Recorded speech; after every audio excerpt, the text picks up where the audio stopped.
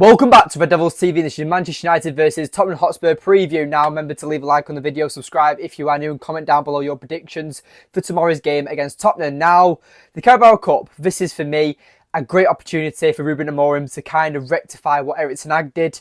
Win a trophy in your first season is, for me, crucial for us to believe in this project and to prove we can go and beat the better teams that are in our league. But Tottenham HotSpur are no joke. They are the most unpredictable team in the Premier League, in my opinion. Probably alongside Newcastle as well. But for me, Spurs have much more quality than the likes of Newcastle. So they've got a good manager in Ange Postecoglou as well. I feel like Spurs fans being a bit harsh on him, a bit like idiots almost, to be honest. But in my opinion, United need to win tomorrow. Obviously, if we want to go into the semi-finals, but also to prove that we can, like, how much we've grown from Ten Hag, because Ten Hag's team against Tottenham Hotspur, we got battered 3-0. Hopefully Ruben Amorim can rectify it and get revenge on Tottenham Hotspur and beat them in their backyard and push them out of the competition, because, you know, Ange Postecoglou always wins something in his second season, apparently. So to kind of silence him on that and kind of call him out on his bluff would be good as United fans, because obviously we want to win this trophy. Because for me, it doesn't matter what trophy you win. I think any manager winning a trophy in their first season needs to be awarded and complimented. And if Amorim can do this with no transfer window of his own, I feel like that would be great to show that he can win something with these bunch of players that aren't his. So wait until the journey, till he starts getting his own players, and let's see how the journey progresses from them. But obviously, we've still got to win this game. Now, I was going to ask, what youth player would you like to see in this competition? But I doubt we're going to see any youth players getting an opportunity, because Spurs are a difficult team. No doubt we'll see a strengthened team. Alejandro Garnacho is expected to be coming back into this game, but there's still no sign of Marcus Rashford. And just a quick to point on Marcus Rashford, for me, I'll back him till the end. Whether he leaves Manchester United or whether he stays at Manchester United, for me, I know there's a player in there. I think he could have the opportunity to be world class, but at the moment he isn't. And the frustrating part is that Marcus Rashford is 27. He's supposed to be in his prime. He should be that senior player, that leader in the dressing room. And it just, from what we see as fans, it looks like he doesn't want to be here. Now, we don't know what goes on behind the scenes. We only get to judge what we see in interviews, in training clips, anything that's televised, and obviously the matches as well. And for me, Marcus Rashford is a brilliant player. I'll never say that he's not. But obviously the inconsistency is always going to be a warning sign. But when you're seeing Arsenal fans talking about Marcus Rashford, how he will be brilliant for them, they're in a title race. They're seen as one of the best teams in the country, arguably top 10 teams in Europe.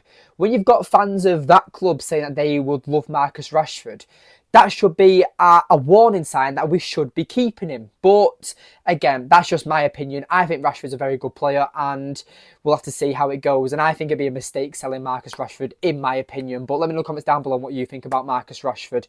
But how do I think Amorim's going to shape up? I think we'll see slight rotation from what we saw on the derby on Sunday, but I don't think it'll be full rotation. I think we'll see the likes of Malacia come into the team. I think we'll see Harry Maguire start. I feel like we'll see the likes of who else? Maybe Antony might start, maybe Xerxes as well.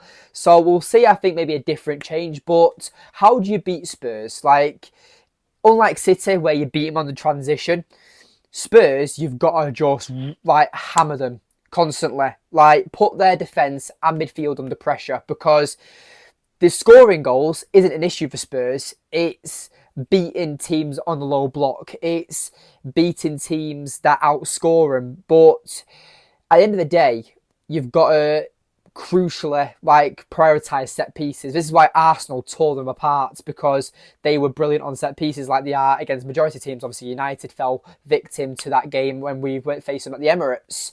But with Spurs, they've got a lot of very good players. They've got Mickey van der Ven, they've got Udogie, the goalkeeper Vicario. Obviously, they've got the likes of Heung-min Son, Solanke, Kulusevski. I'm a massive admirer of him. He's absolutely top class. They've got a brilliant creative midfielder in James Maddison. So for me, you look at all these attacking outputs that they've got, and for me, they don't have enough defensive core, and that main man in midfield, or that main man in defence that you're worried about. So if you run at someone and you can get past their midfield and their defence, I can guarantee you that United can definitely get the job done, and any team can get the job done on Spurs. We've seen it already this season. Obviously, they lost to Bournemouth a few weeks ago. They drew 1-1 to Rangers, and then the following week they beat Southampton 5-0. They're the most inconsistent team in the Premier League, in my opinion. And it is going to be a tough challenge, and especially with Ange Postecoglou, with the amount of pressure he's got on himself at the moment with having to win this trophy, because he's literally publicly come out and said, I always win a trophy in my second season. So Spurs fans, obviously, they've not won anything in so long. So they're going to be holding him accountable if they don't win anything, because he obviously guaranteed that he's guaranteed silverware in the second season. So will he shoot himself in the foot? I'm not too sure, but we can't underestimate them, because unlike City, who aren't been in good form, and United with a better team, Spurs are going to be a lot tougher than City were. So for me, I would pick a much more similar team. I'd like to see Casemiro start as well, because I feel like that having that player in midfield that can definitely just break up the play a lot more, maybe even man mark a little bit, or even be that anchor in midfield. Not sure what type of role Amorim would give him in this type of game, because obviously we've only got a double pivot, and obviously the wing backs would have to help out, or they're going to stay forward. I feel like that there's two ways of going about this. You either set up for a low block and you counter, or you take it to them and you attack. It's very, very simple, in my opinion. You either beat them with high possession, you force them to counter, or you let them come to us and we counter.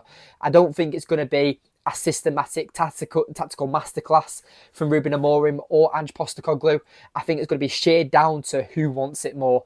And Man City fell at culprit of that, because obviously they were 1-0 up against Manchester United and literally threw it away because they didn't want it. It's not down to quality or form or anything. The players on that pitch on Sunday, United wanted it more than City. We got the opportunity. We got the penalty that made it 1-1. And then Amad Diallo produced that beautiful goal. We need moments like that. And obviously, yes, you want to control every game.